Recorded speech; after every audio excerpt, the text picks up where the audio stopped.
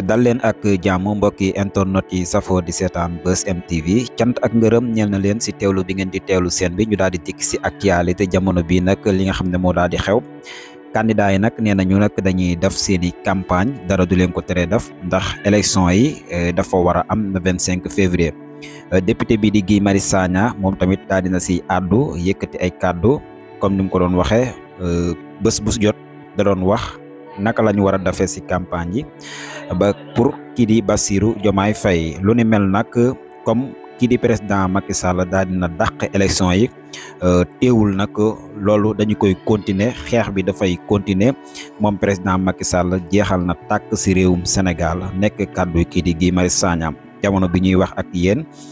candidat bu Pire moom nag takk na ay jaajam ngir nag wéyali dem campagne yi comme ni nga xam ne nag noonu lañ ko waxe woon ne dinañ ko def bu nekk daal mbir yu doy waar jamono bi Sénégal nag jaxasoo na lool sax kii di président Macky Sall nag gannaaw ba mu defee déclaration ba léegi kenn déggaatu ko mu daal di addu si lu ni mel candidat yi dinañ def seeni campagne dina jaar yoon am déet loolu lépp dinañ si dikkaat ba xam ana nan lay demee ndax kii di président Macky Sall tamit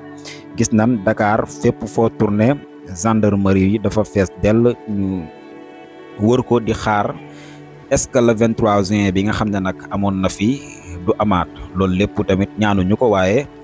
liy rotuwul nag boo wattuwul mën na ne si la ñu jëm ñu ñaan nag jàmm daal di sax sunu réew mi di Sénégal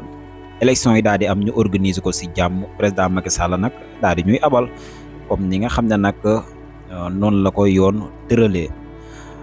dinañ dikkaat ak yeneen information gën leen a toppal fële la fay xew ndax yeneen candidat yi dinañ ñëw rejoindre ki nga xam ne nag mooy Aliou Mamadou Dia bu Pire am déet